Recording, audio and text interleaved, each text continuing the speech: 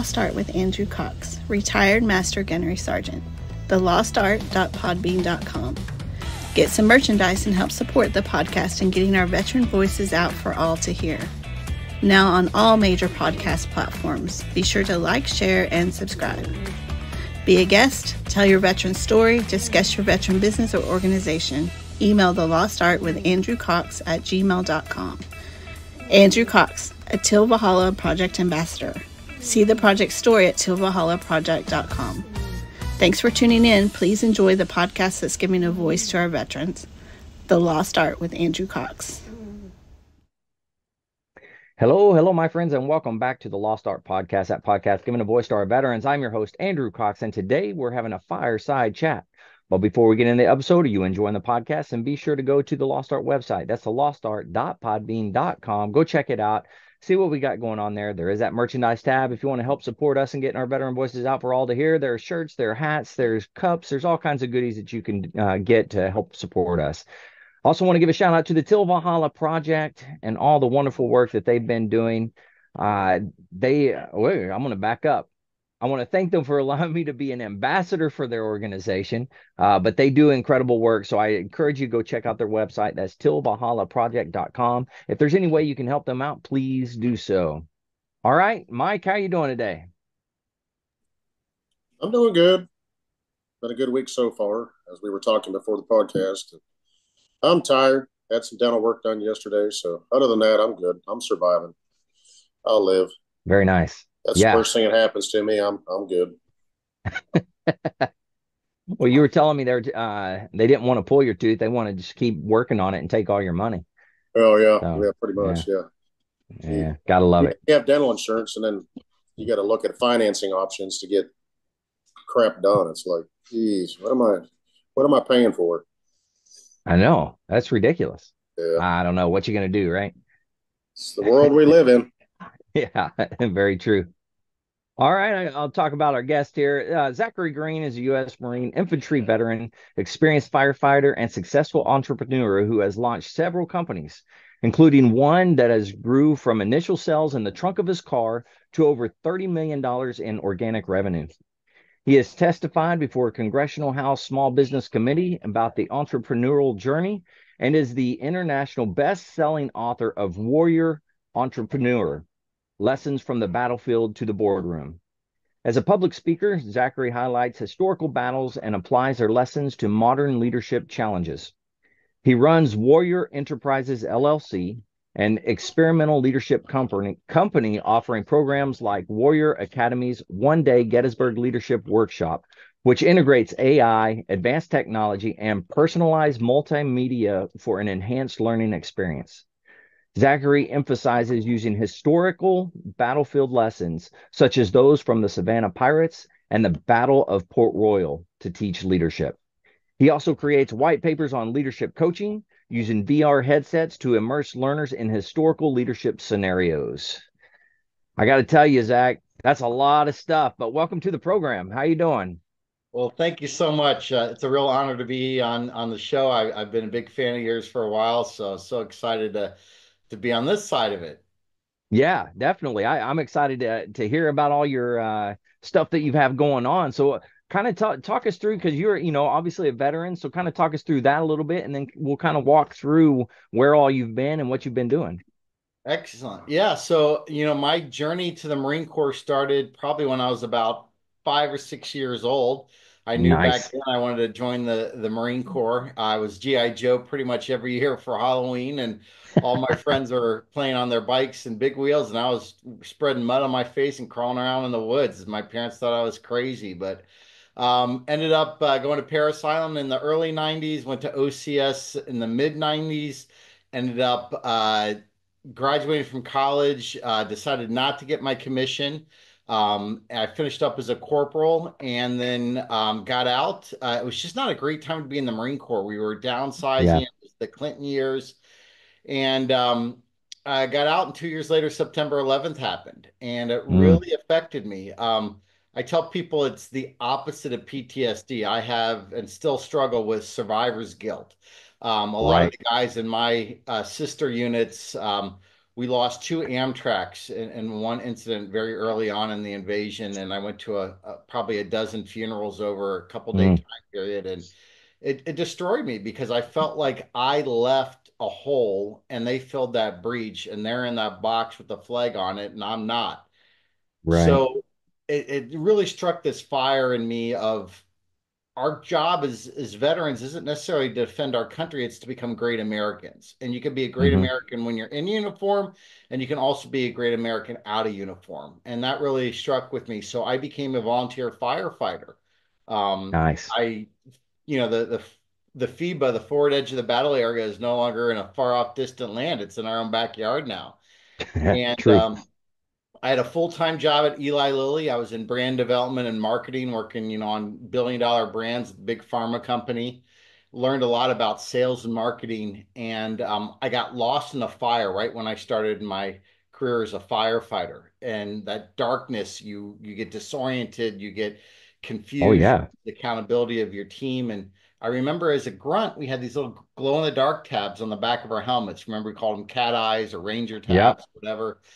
And I thought, what if I could apply that technology to firefighters so they could see each other in the dark? And look, I'm a dumb knuckle dragon Marine. I don't know a lot about science, but I know people that do know a lot about science, and I know how to Yeah.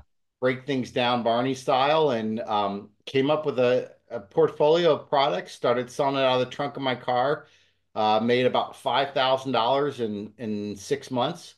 And my fire chief Wow. sat me down and said, Zach, you've got something that's going to revolutionize the fire service. Stop treating it like a hobby. And I remembered a quote from one of my favorite leaders, Teddy Roosevelt.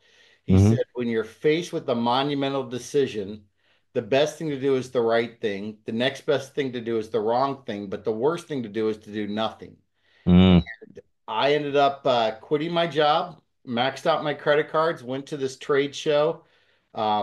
We literally had a pop-up tent from Walmart with sidewalls held together with duct tape and zip ties. Next to us are these, billion-dollar companies with $100,000 booths. We Holy booked cow. $100,000 in sales in 3 days. The problem Wow. was I had no money left. I'd maxed out my credit cards. I had no way to produce that kind of product. I mean, shit, man, I was making the stuff out of my garage and selling it out of my trunk. And Right. people start coming to me and they said, Zach, you got to slow your roll. You got to start returning these orders. You got to basically, stop. And I'm thinking, like, what I learned in the Marine Corps, the ethos of the Marine Corps and the military for that matter is mission accomplishment over everything. We can Right. build the ship on the water. We don't have to have it perfect.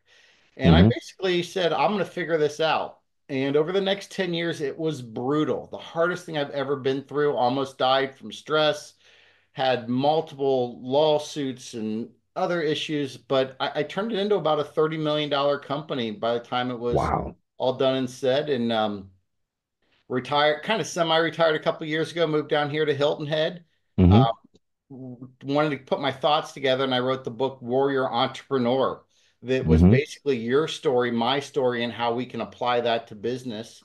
And as a result of that, I started doing some work over at Paris Island, which is only 4 miles from my house. Oh And wow. that's how I kind of reconnected back with the Marines. And now every Tuesday, I get to talk to the entire series of graduating new Marines and talk about the lifelong commitment of being in the military and what honor, courage, and commitment means. So that's a Yeah, very, very absolutely. long answer to your very short question. I'm sorry if I was rambling too No, that's much there. perfect. That's perfect. No, we have Krista who comes on the fireside chats. She goes out to Paris Island and does those talks as well from time to time. Do you know her? I know her very well. So Okay. Krista was a bandmate, Hmm. and is connected with Mark, who's I'm sure how you probably connect with her also. Yep. Yeah, yeah, yeah. And that's of course Mark gave me your info too, so I thank him for that. And I So met that's him at awesome. Paris Island. He's turned into become a dear friend. We've spent many a days together and just a wonderful person. Yeah, and he's doing good for himself too. I just did a veteran story with him, so it should post I think next week if I'm not mistaken. But He's um, got one of those personalities that you just can't not be happy when you're around him. He just has that energy that pours out of him. oh yeah, yeah, yeah, yeah, that's for sure. He does great things too. He's doing some awesome stuff with the band up there. It was pretty awesome. And the birthday ball that we had, man, did they put on a performance. Holy cow. It was fantastic. He puts on a Broadway level show every time he does one of those.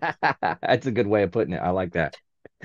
Oh man. So over your time, kind of talk a little bit about your experiences in your business and as you were doing that and just so if there are veterans out there looking at possibly doing business, what were some lessons learned? What were some things that stuck out to you as you were going on your path?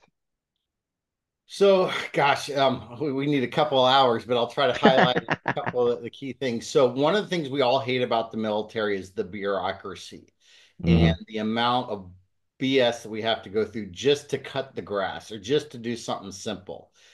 And you always say, when I get out or when I become my own boss, I'm going to get rid of all that bureaucracy. And when Hmm. you do and you get out, you miss the bureaucracy because it's there for a Yeah. reason. It sucks, but it vets things. It goes through every Hmm. possible scenario.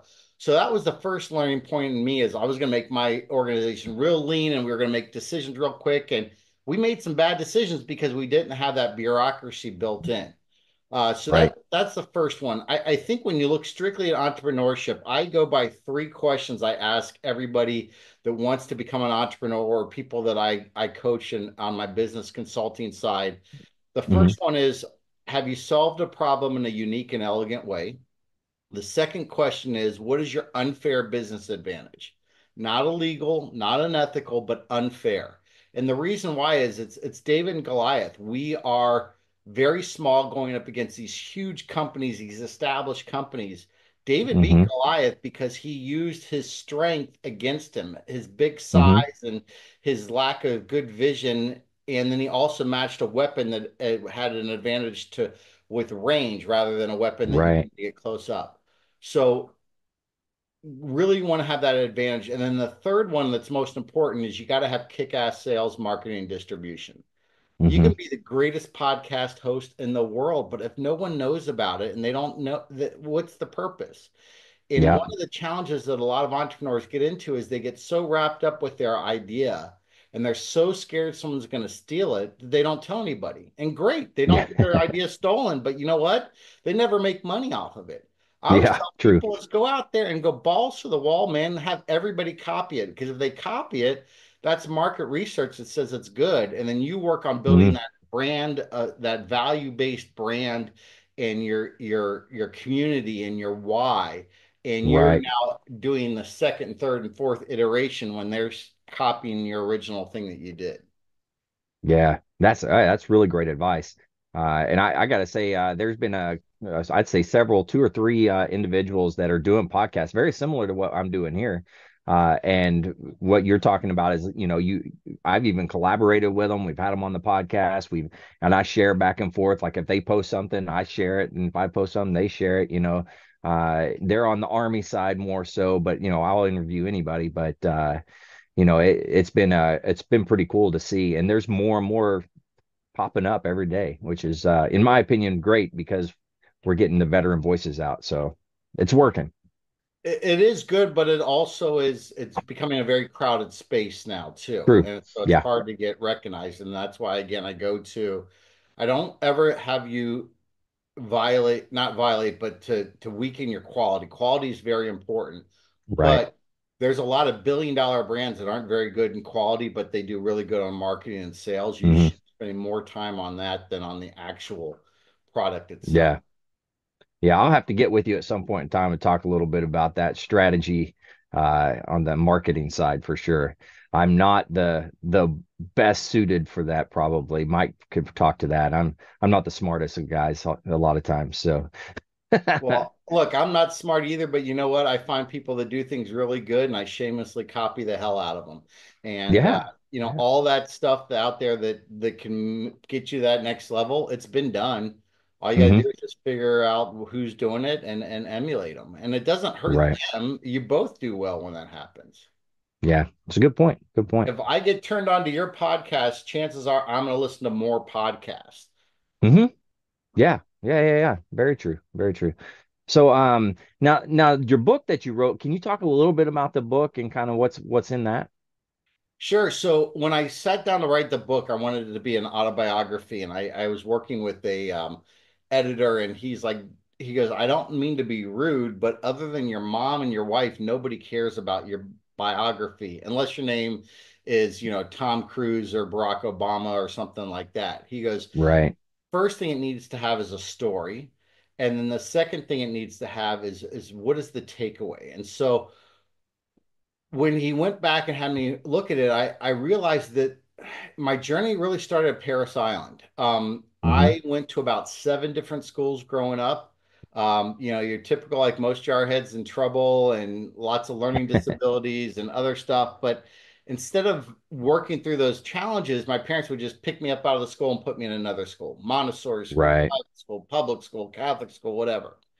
So my mom laid my clothes out for me on the end of my bed my senior year of high school. I've never done laundry before I left. And then all of a sudden I get down to Paris Island and there ain't no mama there and ain't no one to Yeah. take care of you. And by about the second week, when the stress is really, really heavy, that second week and right around initial drill, I kind of had my moment that we all kind of do, where I just Right. collapsed and I could feel that abyss. I could feel that thing pulling me to this bad place. And when you Hmm. find yourself in that abyss, and at the end of the abyss is suicide. And unfortunately, we're all a Hmm. little bit too familiar with that with our brothers and sisters that struggle. And what happens is the longer you're in that abyss, the harder it is to get out of it. The longer you're in that funk, the harder it is to get out. The philosopher Hmm. Nietzsche said, when you stare long enough to the abyss, eventually the abyss will stare back.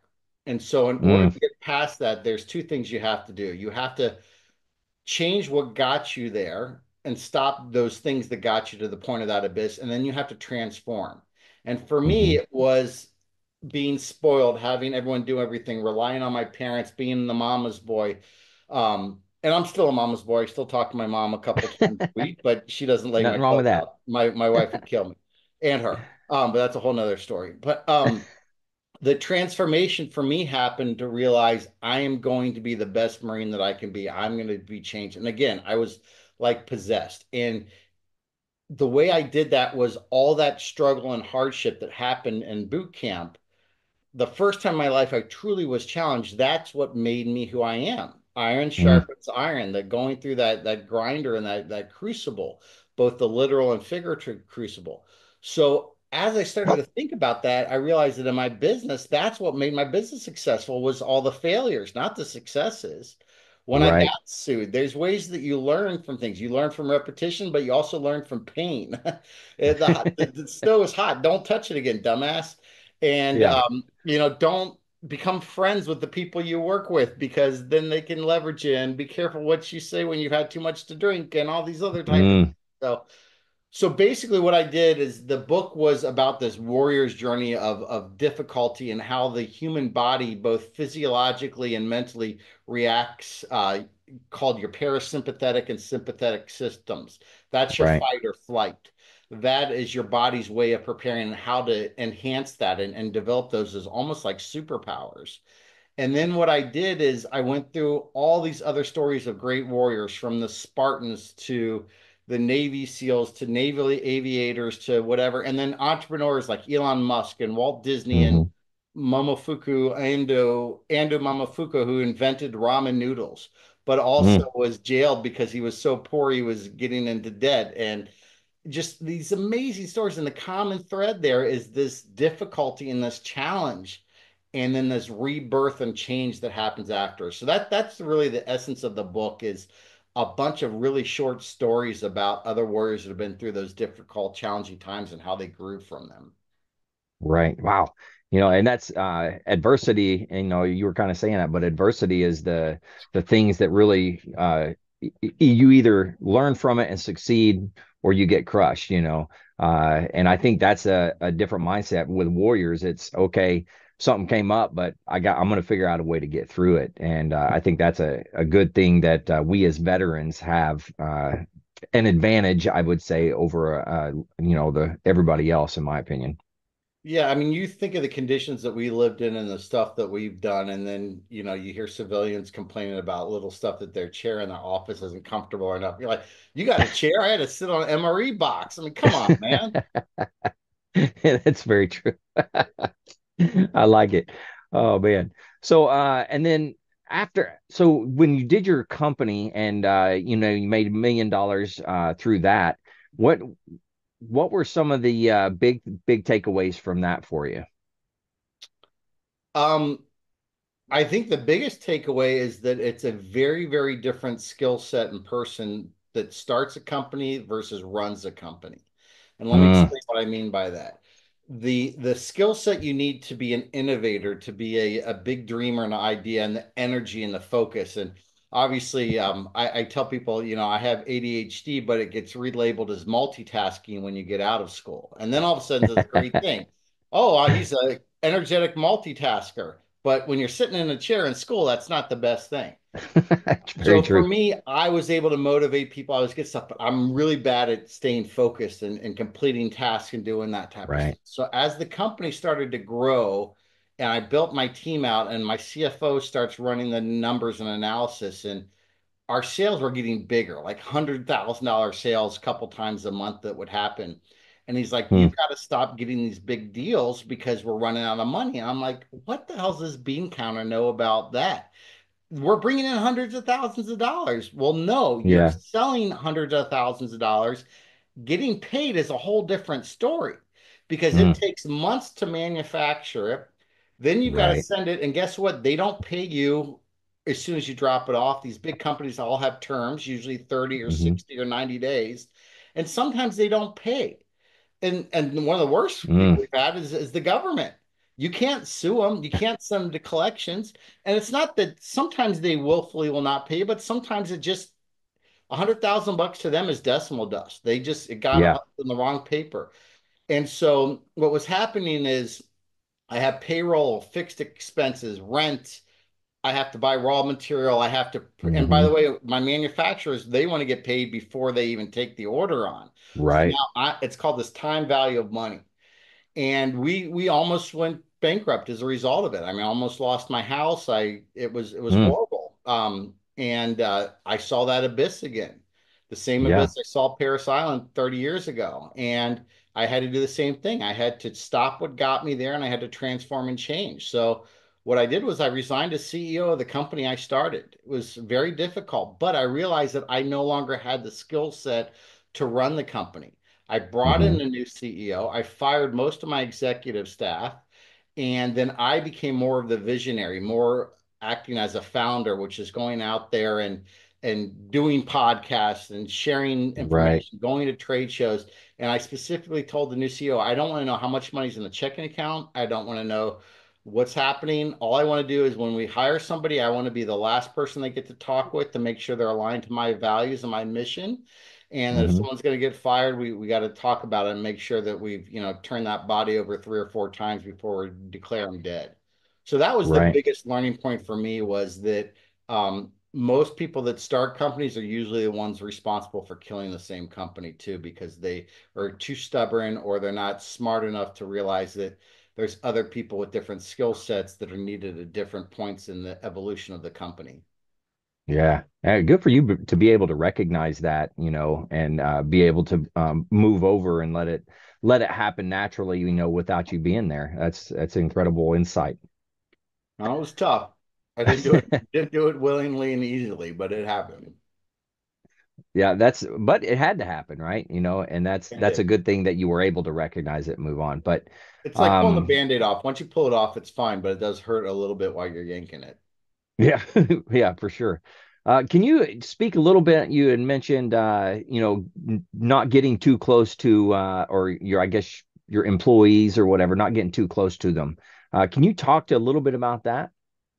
Yeah, one of the things I love the most about the military was the bonds and the friendships, especially with people that you had nothing in common with, that you would never ever hang out with Hmm. before you joined, but you're together. And so I felt like I had to do that same thing when I was working, but I didn't realize the whole fraternization thing, why we don't hang Hmm. out with the officers and stuff.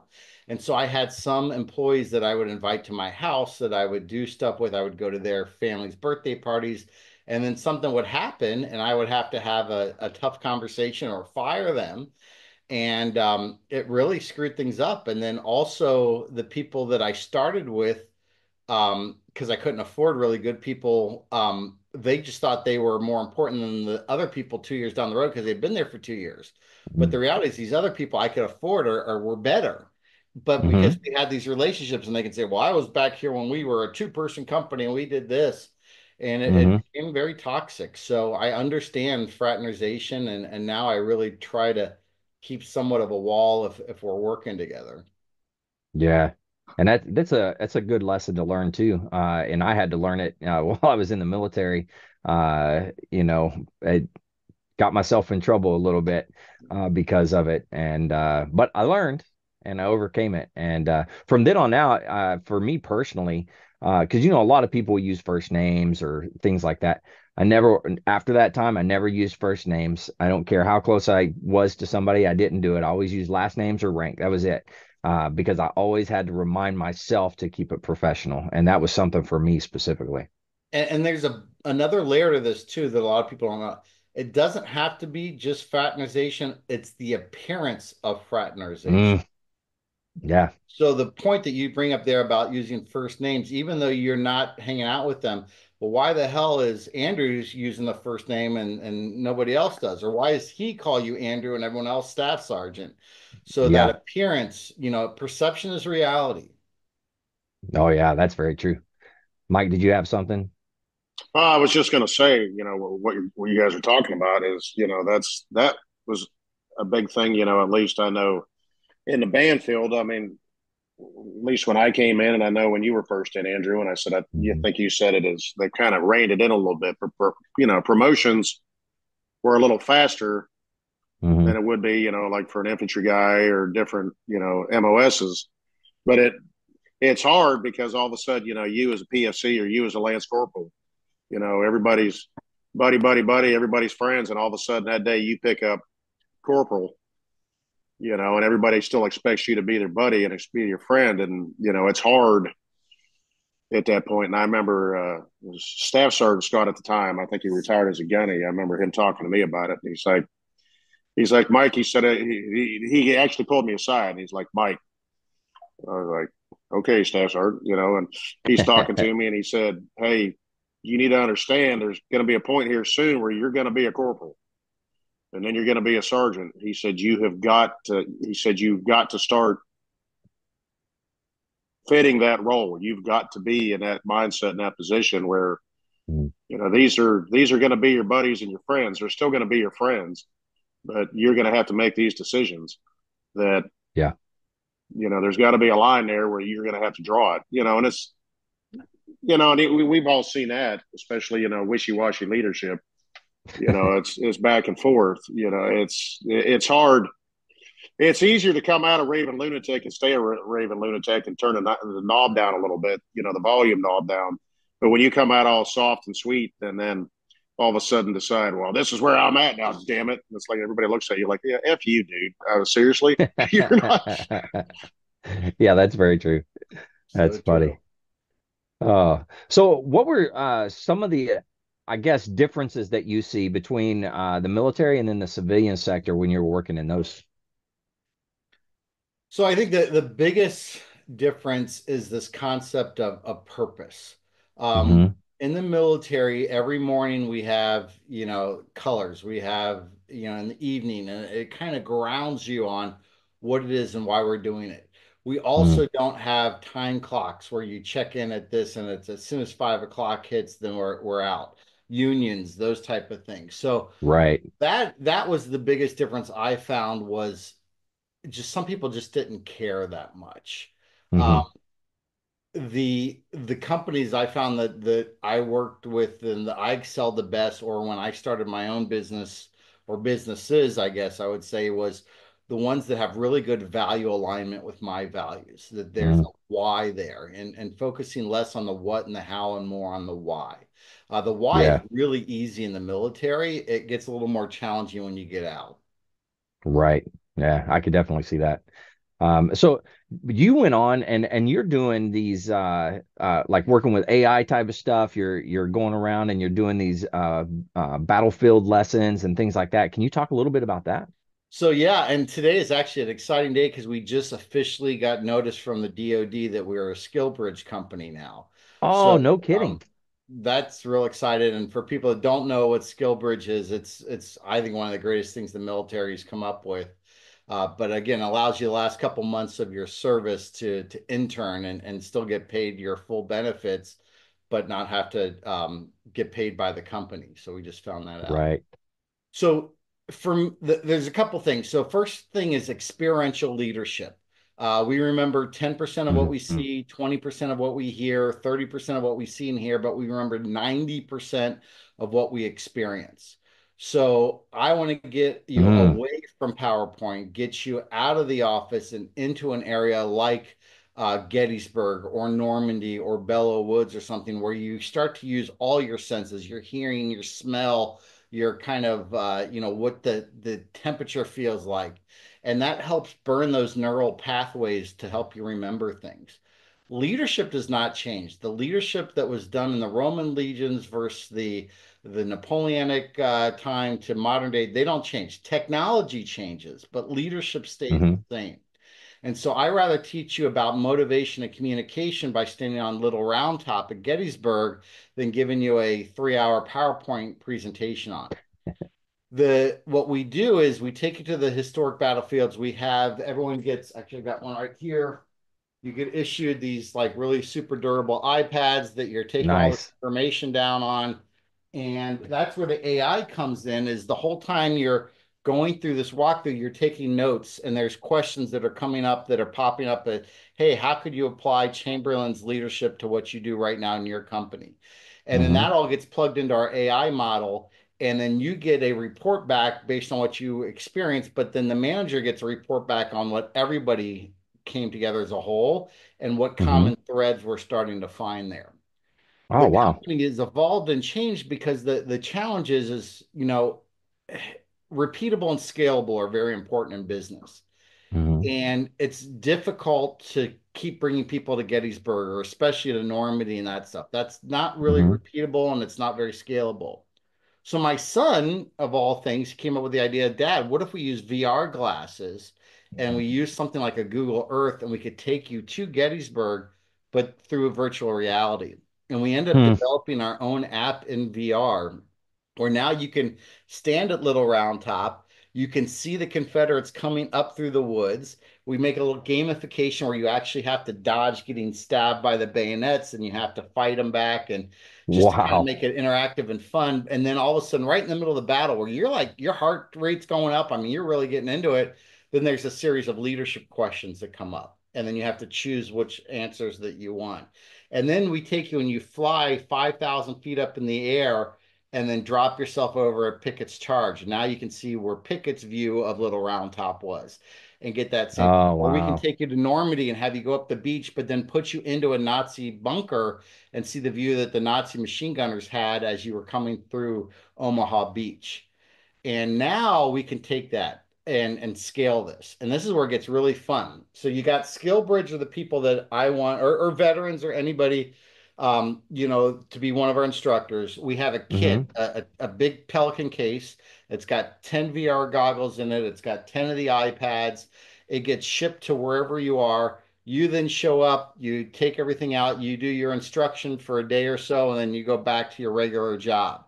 And my goal is to Mhm. have like 40 or 50 of these instructors all over the country at all times that have these kits with VR and the AI and all this type of stuff that can go out there. And then Right. you're going to share your leadership stories, just like what Mike shared with just what you shared around, Mhm. fraternization or here's some examples. Right.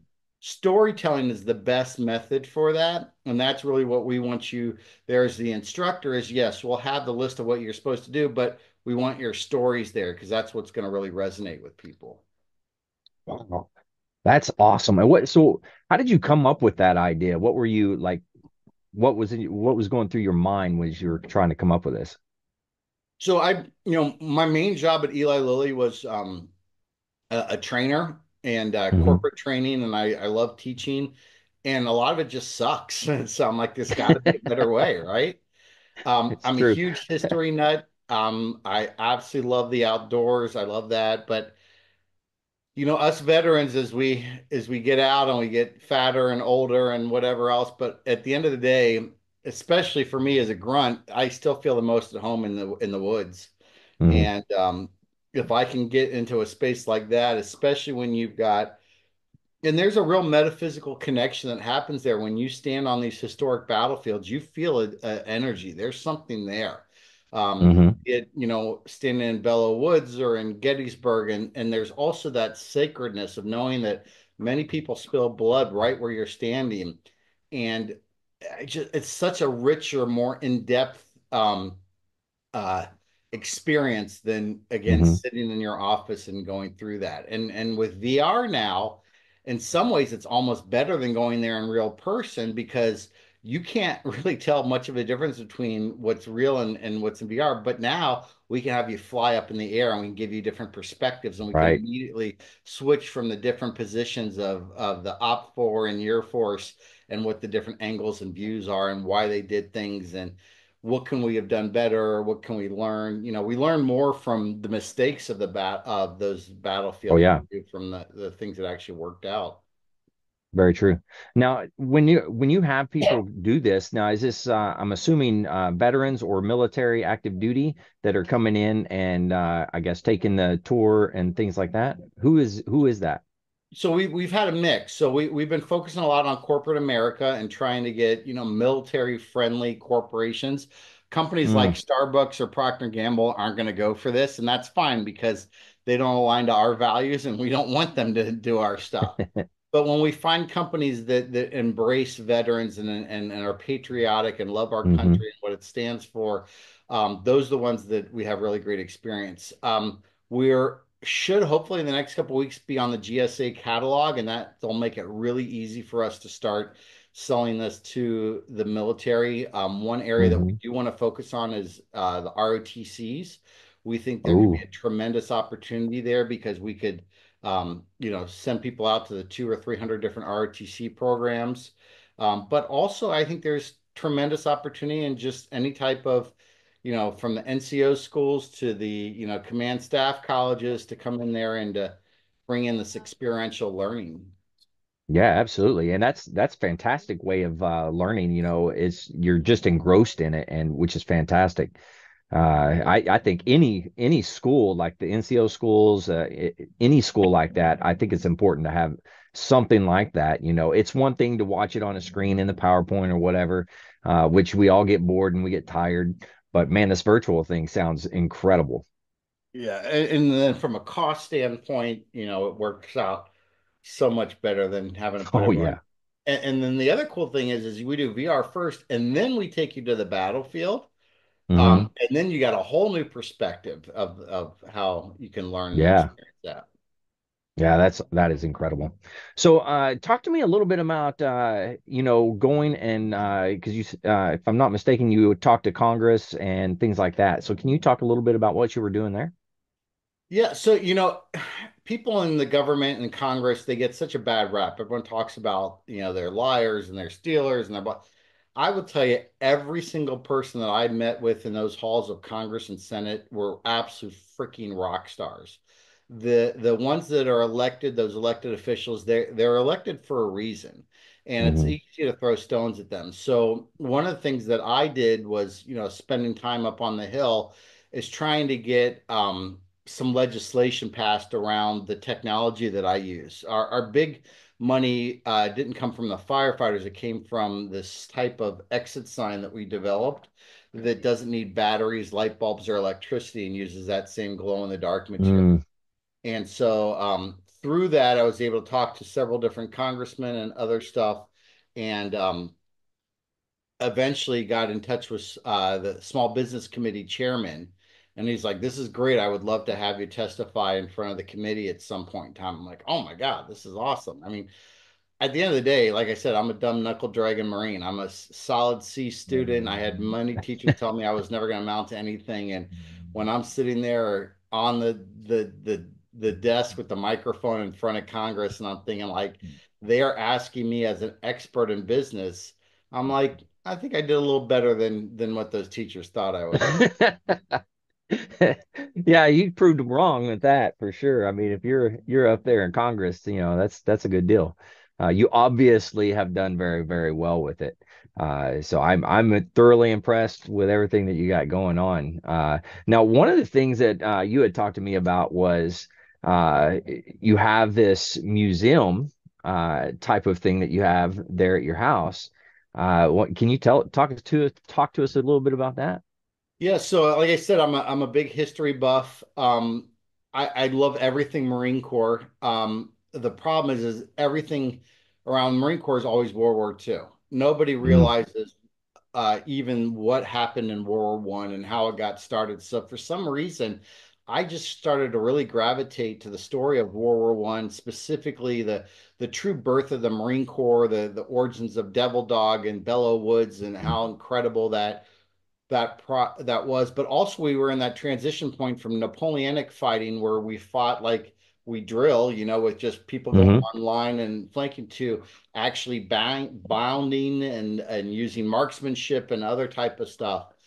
Right. And so I just started collecting things. The other thing that I loved was just this beautiful artwork that was produced at that time for propaganda purposes. Mm, The Americans were isolationists, and so you've got all these great iconic images like Uncle Sam and hmm the Saturday Evening Post and all these other Norman Rockwell type things, trying to get the citizens to understand how important it is to do this. The Marine Corps had, I think, I want to say we had like maybe 13,000 at the or no, it was something like the Army and the Marine Corps combined was like 100 or 200,000 at the beginning of World War One, and by the end of World War One, it was over 3 million. I mean, it's just amazing how quickly, and that Wow. was like in 2 years, how quickly they were able to ramp everything up, and a lot of that was from hmm that. So I just started collecting all this stuff, and then the other thing is trench art.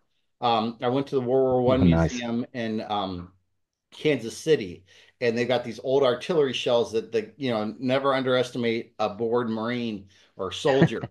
And they would just take their bayonets and hammer and make these incredible. So I started collecting those, and I now probably have. Well, I definitely. I think I have the largest collection of World War One Marine Corps memorabilia in the country. I don't know of a Wow. museum that has anything close to what I've got, and it's kind of become my own little labor of love. And then of course, we're Marines. We were born in a bar, so I had to put a bar in there, and all kind of took off from there.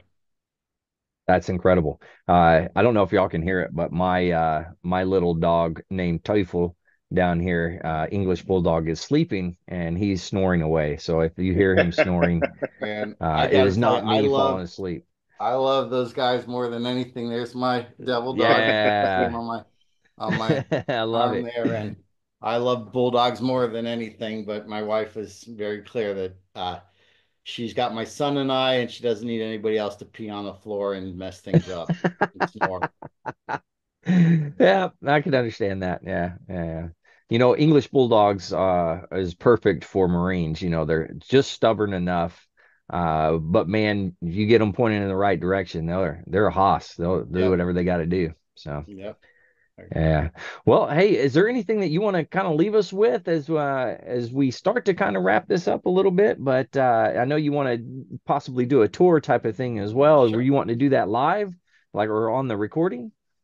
Or We did could you do want that to? now, or it might be easier if we switch to my cell phone, and then that way it's probably easier than carrying my laptop around if you want to do that. Yeah, yeah, that's fine.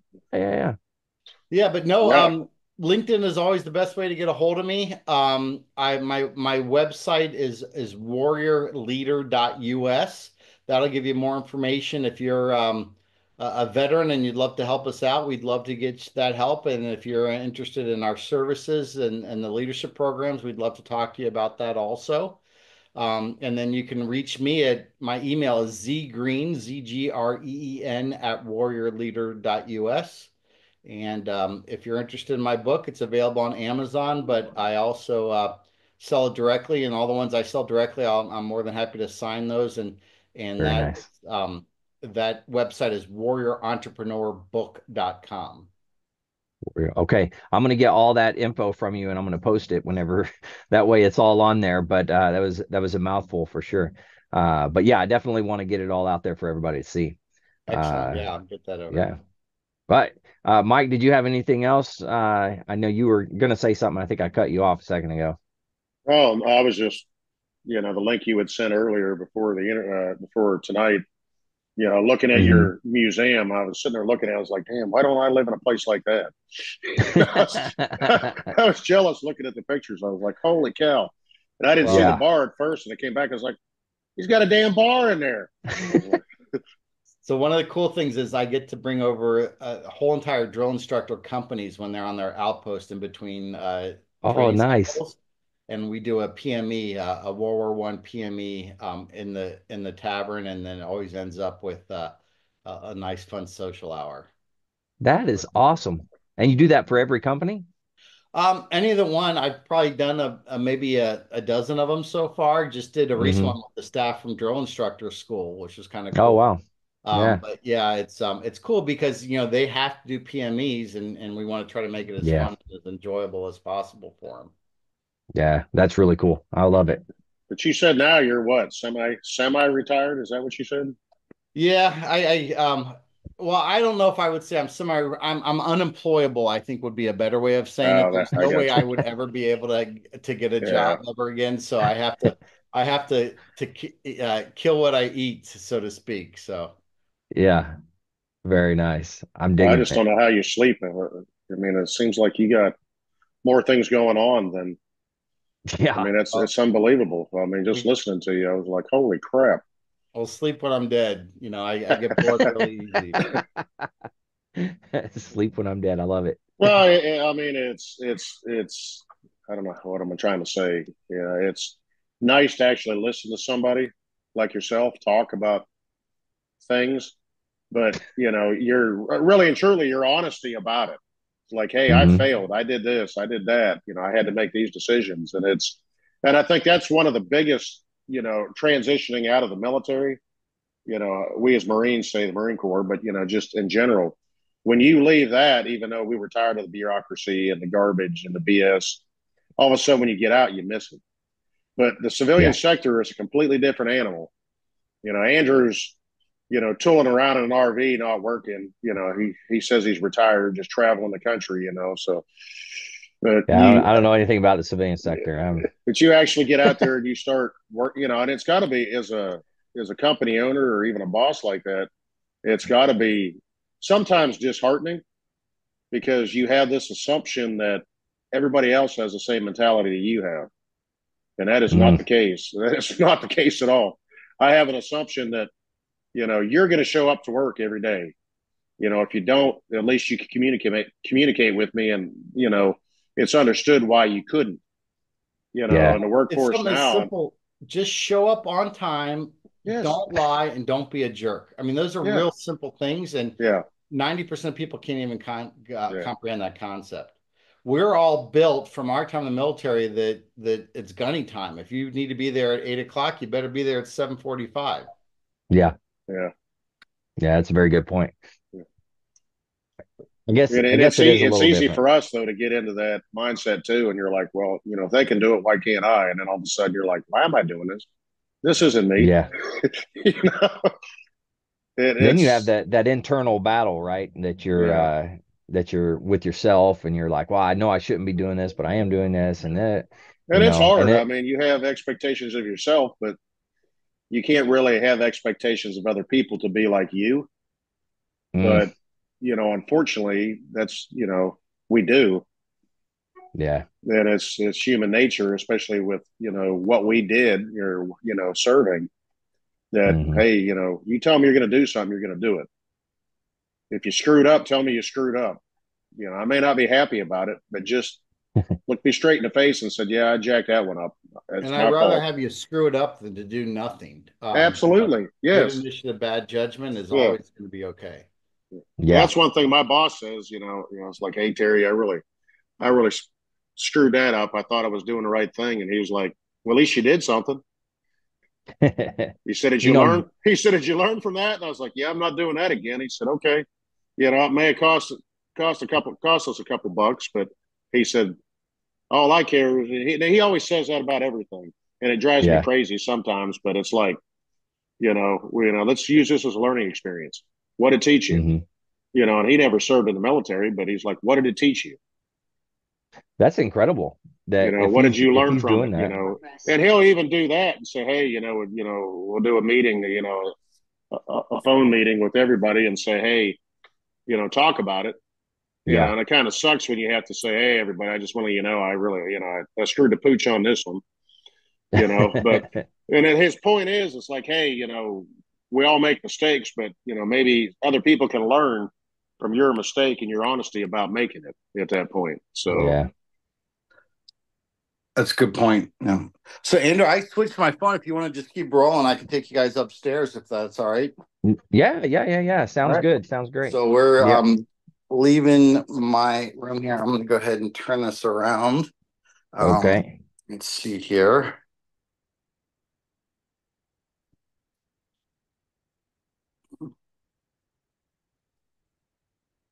Yeah, he's down here snoring big time. I don't know if you can hear him. I can't wait to see him.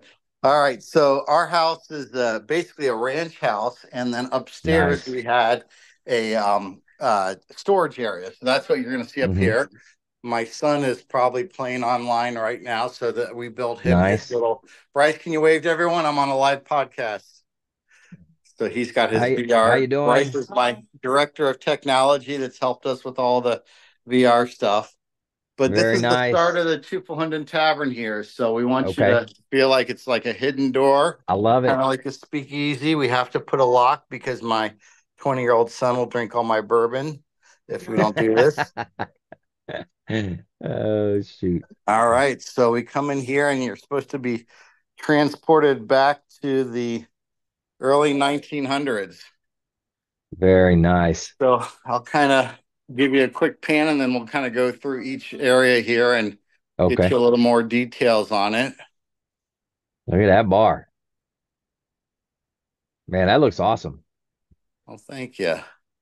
And then here is the trench yard, but let's kind of start the story over here. This is everything in here is original. There are no replicas with the exception of this map and this picture that we're all very familiar with. But this is the replica of the actual BAP of Belleau Woods. And the story starts here. Paris is probably over in this area. The 3rd Infantry Division in the Army, the Rock of the Marne. This is the Marne River. So they pushed the Germans over here. And then the Germans are in the woods. And the 5th and the 6th Marines come over this area and start pushing over this wheat field. We lose more Marines here in this wheat field in 2 hours than we did in the history of the Marine Corps combined. And then when they finally were able to get through the wheat field into the woods here, and you can see the contour line showing the woods, most of the fighting was done with bayonets and fists. I mean, just brutal fighting. So that kind of gives you the background. This here is one of the original Tupelhunden posters. That is awesome. If you look closely, you can see here you've got the Dachshund, which is the German thing, but you got the little German cross there and the famous devil dog picture there. And then over here, this is really cool. This is actually an old service record of a lieutenant. And what's interesting is he had injuries.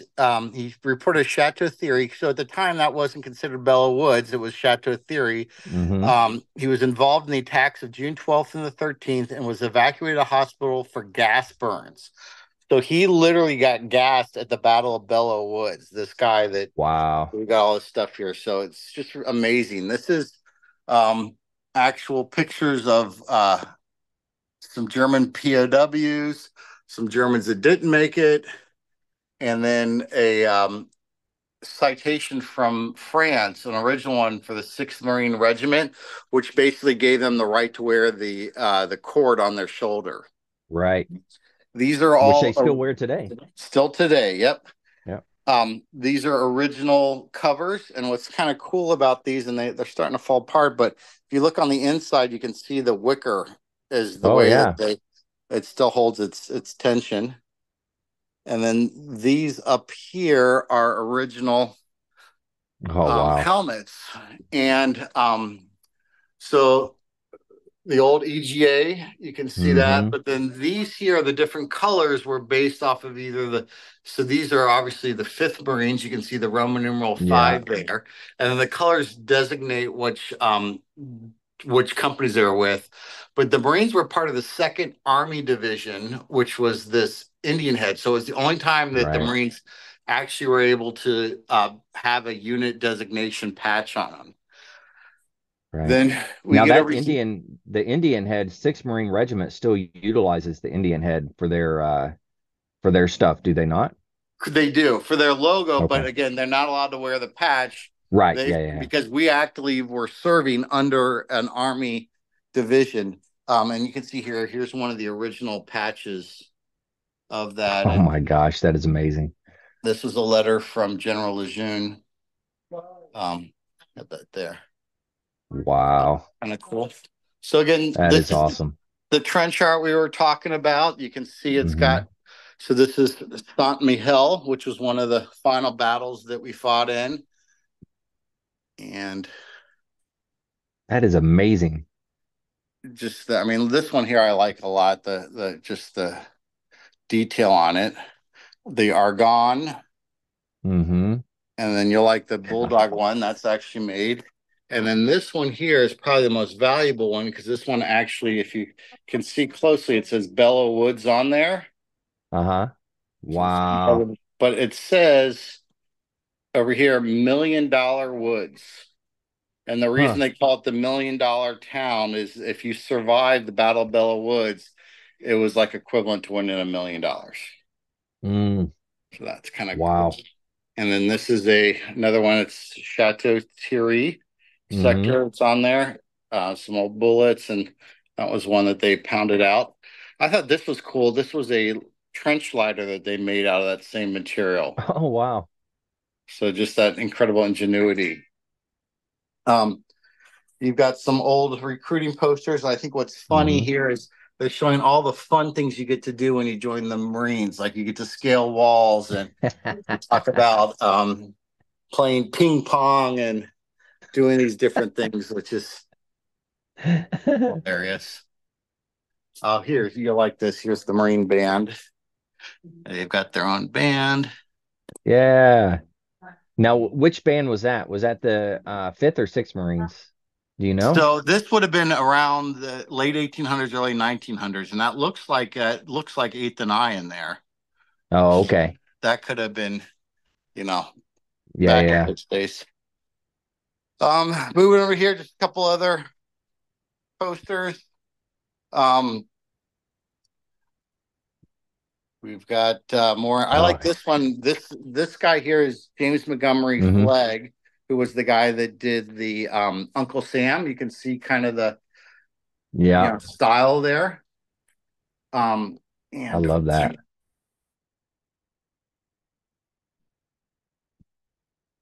Oh, we lost you. You're muted. Yep. Sorry about that. Oh, yeah. So no problem. This one I love because it's kind of capturing trying to get civilians. And if you look at the paper here, it says the Huns kill women and children. And so what they're doing here is saying, okay, get mad, go in there and report to the Marines. So then here's kind of the sister poster to that. But what's really cool, I just found this recently. This was from the Saturday Evening Post. So again, this one says, tell that to the Marines. And this one says, we told that to the Marines. And then you can see the same thing here. Yeah. And then here's what they look like when they come out of the tailor. And then that's there. So it's just kind of cool how that ties it all in. Anyone that's been to Paris Island, this is a replica of the Iron Mike statue. Yeah. And a couple of cool things. One second here.